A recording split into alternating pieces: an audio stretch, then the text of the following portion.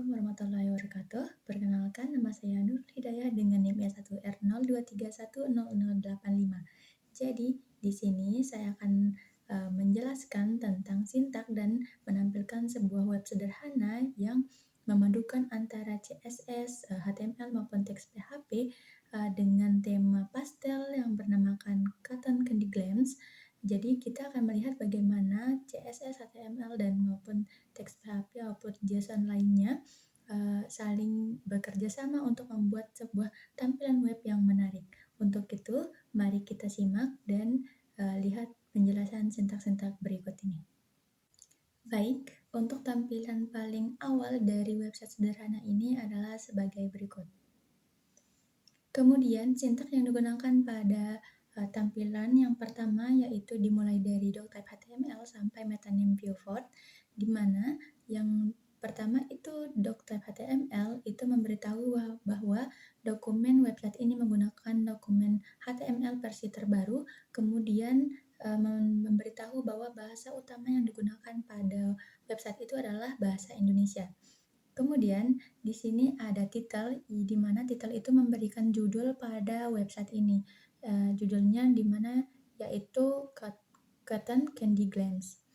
Kemudian pada bagian terakhir metanym viewport itu membuat tampilan halaman menyesuaikan ukuran layar perangkat. Baik, untuk bagian yang kedua ada teks pembuka style yang digunakan untuk mengisi kode CSS untuk mengatur tampilan keseluruhan dari website sederhana tersebut. Baik itu dimulai dari pemilihan font, kemudian mengatur tampilan latar belakang, membuat button untuk tombol interaktif yang bisa diklik oleh pengguna, kemudian mengatur jarak dari antar teks ataupun yang lain sebagainya. Dan yang terakhir ada sintak dengan tag body, yaitu konten utama yang akan dilihat oleh pengguna, yang terdiri dari heading 1 pada bagian ini bernamakan Cotton Candy Glance yang menunjukkan judul utama atau judul besar dari halaman web tersebut. Kemudian ada tag P yang menunjukkan paragraf di mana pengguna bisa mengisikan atau membuat kalimat sesuai dengan keinginan pengguna tersebut. Kemudian ada button yang menunjukkan tombol interaktif yang dapat diklik kemudian mengarahkan ke halaman lainnya sesuai dengan tautan yang ada pada button tersebut.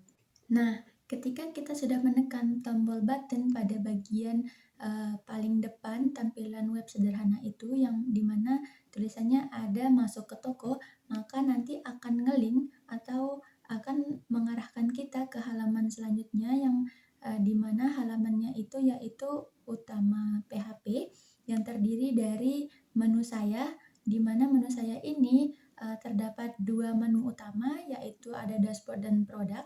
Kemudian submenu dari setiap menu utama itu yang pertama dashboard itu terdiri dari insight toko, kemudian statistik toko. Kemudian pada bagian produk itu terdapat dua submenu juga, di mana yang pertama ada daftar barang, kemudian list produk. Nah, jadi ketika kita menekan tombol yang mengarahkan ke halaman utama PHP, maka browser akan mengarahkan kita ke halaman tersebut. Kemudian secara otomatis kode PHP yang ada di dalamnya akan terbaca secara otomatis. Di halaman utama ini kita memiliki menu dan sebuah konten yang terpisah, di mana pada sebelah kiri kita lihat terdapat menu di sebelah kiri, kemudian terdapat konten di sisi kanannya, dan terdapat jumlah link atau jumlah page yang kita gunakan.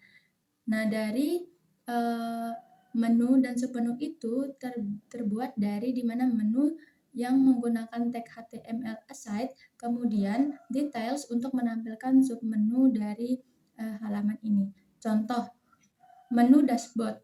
Ada submenu insight toko dan statistik toko, dan menu produk memiliki submenu daftar barang dan list produk. Saat kita mengklik salah satu link, PHP akan membaca parameter M dan S dari URL dan memanggil fungsi konten $S untuk menampilkan halaman yang sesuai dengan apa yang telah kita taruhkan. Nah, kode PHP di file utama PHP itu menentukan menu mana saja yang aktif menggunakan kelas aktif, sehingga kita tahu menu mana saja yang bisa diklik, kemudian nanti otomatis menu tersebut akan disorot. Kita highlight pada kode berikut, di mana function content string $A sampai dengan echo p halaman tidak ditemukan, itu fungsi ini memastikan setiap klik menu dan akan memanggil halaman yang sesuai dengan otomatis. Kemudian untuk apabila ada sebuah menu yang tidak ada, maka nanti fungsi dari echo halaman tidak ditemukan ini akan memberikan informasi kepada pengguna apabila menu diklik tidak ada pada halaman tersebut. Nah, jadi kita lihat pada menu dan konten terpisah pada sintaknya itu di sini kan seperti yang dibilang tadi bahwa untuk membuat menu dan submenu itu kita menggunakan sintak aside, detail, dan summary. Bisa kita lihat di sini pada bagian utama PHP ini untuk bagian menu itu kita menggunakan file yang ada di Untitled 9. Kemudian di sini ada aside dengan div class itu menu saya yang ada pada bagian halaman judul. Kemudian ada details untuk membuat bagian dari menu utama yang ada pada halaman tersebut. Kemudian summary itu membuat nama untuk halaman yang akan kita bikin. Kemudian ada di sini ada summary untuk produk juga. Kemudian di sini ada pemanggilan aktif yang digunakan untuk tombol-tombol yang bisa diklik untuk menuju ke halaman menu yang ingin kita tuju. Dapat kita lihat bahwa beberapa menu submenu dengan penggunaan sintak aktif berarti menu-menu yang menggunakan beberapa tautan sehingga bisa diklik oleh pengguna dengan $M yaitu untuk menu utama yaitu pada dashboard.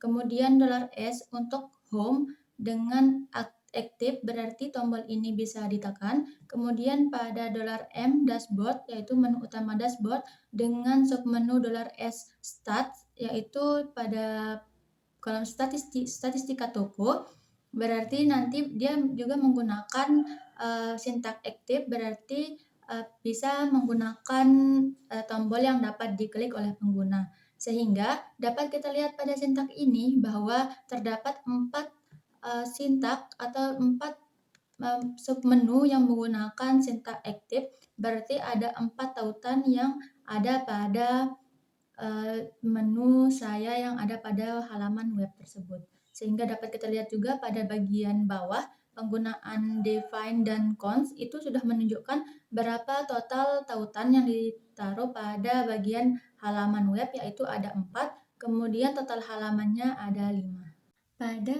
proyek ini kita bisa menambahkan sebuah produk dengan data-data yang kita inginkan, kemudian data-data produk tersebut akan tersimpan secara otomatis di file JSON. Nah, file JSON yang saya gunakan yaitu bernama barang JSON. Pada file barang JSON ini terdapat semua data yang telah kita tambahkan di bagian halaman web tersebut yang otomatis akan tersimpan di file barang JSON. Kemudian semua data yang telah kita tambahkan tersebut terdapat field-fieldnya sendiri, di mana ada nama yang menunjukkan nama produk, kemudian harga yang menunjukkan harga produk, ada jumlah yaitu stok yang tersedia, kemudian kategori, jenis dari produk yang kita telah tambahkan, kemudian ada gambar yang menunjukkan upload dari gambar yang telah kita masukkan ke dalam web tersebut. Pada kode PHP yang terdapat di file yang bernama Untitled 10 PHP dan Untitled 11 PHP yang kita tautkan ke submenu inside toko dan list product ini, kita bisa membaca JSON tersebut menggunakan sintak $data sama dengan JSON decode file get contents barang JSON true. Fungsi ini mengubah JSON menjadi array PHP yang bisa kita iterasi menggunakan for each. Kita juga melakukan normalisasi data, misalnya jika kategori kosong diisi dengan lainnya, kemudian jika stok atau harga kosong diisi dengan 0. Ini mencegah error ketika ada data yang belum lengkap. Setelah data siap, kita bisa menampilkan grid produk yang rapi dengan nama, harga, kategori, dan gambar. Kemudian membuat filter kategori dengan menggunakan sintaks select dan JavaScript. Kemudian yang terakhir memastikan setiap perubahan dari barang JSON itu langsung terlihat di halaman webnya. Nah, sekarang kita akan melihat bagian dari grafik yang ada pada proyek ini. Kita membuat grafik interaktif menggunakan library Chart.js yang sangat populer pada sebuah web. Grafik yang digunakan pada proyek ini yaitu menggunakan donut chart, salah satunya pada bagian submenu inside toko yang dipadukan pada file Untitled 10, yaitu diagram lingkaran yang membagi data menjadi beberapa potongan berdasarkan jumlah produk per kategori. Nah, data yang digunakan ada variabel X ya untuk mendefinisikan nama kategori dengan sintaks cat labels, kemudian Y jumlah produk dengan cat value. Kemudian pada pembuatan grafik ini kita menggunakan kode JavaScript di mana pada kodenya yaitu yang dimulai dari new chart, dokumen get elementary by ID, kategori chart. Di sini seperti yang sudah dijelaskan kita menggunakan tipe donut, kemudian data yang digunakan ada data variabel X dan variabel Y dengan nama kategori chat label seperti yang ada pada layar, kemudian Y jumlah produk dengan cat value. Kemudian setiap warna dari potongan di chart otomatis lebih dari 3 sehingga mudah kita bedakan sehingga ini menentukan per kategori dari produk tersebut. Nah, yang menarik lagi dari chart ini atau grafik yang telah kita buat ini, kita mengambil data langsung dari data JSON. Jadi data yang ada pada tampilannya itu otomatis kesambung ke barang JSON yang ada pada file barang JSON yang telah kita buat. Sehingga ketika kita menambahkan atau mengurangi barang-barang yang ada pada web ini, maka otomatis chartnya akan berubah, akan dibaca dari barang JSON yang telah disimpan yang terakhir. Adapun contohnya yaitu penggunaan sintaks pada bagian halaman web ini. Yang pertama, ketika kita menghapus sebuah barang pada submenu daftar barang, misalnya kita menghapus tas, nanti akan otomatis di daftar barang pada file JSON akan terhapus otomatis, kemudian akan tersambung ke bagian submenu inside toko di mana jumlah produk untuk kategori lainnya itu menjadi 1, padahal awalnya itu ada 2 jumlah produk untuk kategori lainnya. Nah, bisa kita lihat juga di sini perbandingan dari masing-masing produk per kategori dilihat dari chartnya. Di sini kita misalkan skincare itu ada 3, kemudian lipstick ada 2, maka otomatis nanti akan ditunjukkan perbandingan visual. Selanjutnya kita akan beralih ke bagian fitur transaksi. Kita lihat pada halaman submenu list produk, setiap produk yang ditampilkan itu memiliki fitur tambahkan ke keranjang yang dimana saat kita klik JavaScript akan mengambil atribut nama dan harga dari atribut data dan menyimpannya di local storage sehingga informasi tetap ada di browser pengguna. Kemudian kode yang digunakan untuk menambahkan item ke keranjang tersebut yaitu let keranjang sampai dengan local storage di mana seperti yang dibilang tadi saat kita mengklik tambahkan ke keranjang maka nanti data yang diambil yaitu keranjang post, nama dan harga kemudian akan disimpan di local storage agar informasi tetap ada di browser pengguna. Nah, fitur itu memungkinkan kita menambahkan banyak produk sekaligus sebelum melakukan checkout. Kita juga menambahkan tombol urungkan item dan urungkan semua itu urungkan item terakhir itu menghapus item terakhir yang kita tambahkan, kemudian urungkan semua untuk menghapus semua item yang ada di keranjang. Dengan begitu, pengguna bisa memperbaiki kesalahan dengan mudah. Di halaman checkout bisa dibuat checkout PHP. Kita dapat menampilkan laporan transaksi berupa jumlah item dan total harga dari item-item yang sudah kita masukkan ke keranjang, kemudian kita checkout. Kemudian pada halaman checkout itu semua item di keranjang ditampilkan nama produk, harga per item, jumlah dan total harga yang telah kita tambahkan ke keranjang tadi, kemudian kita checkout. Kemudian untuk laporannya kita menggunakan JS PDF dan menggunakan sintaks sebagai berikut.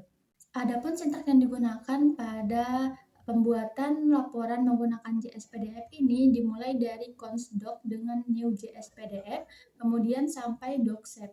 Nah, PDF ini menampilkan semua produk berdasarkan harga dan total dan bisa diunduh langsung dari browser tanpa backend tambahan. Untuk pembuka dari kode JS PDF ini dimulai dari consdoc dengan new JS PDF itu menunjukkan bahwa kita akan menggunakan JS PDF untuk membuat suatu laporan yang bisa kita unduh.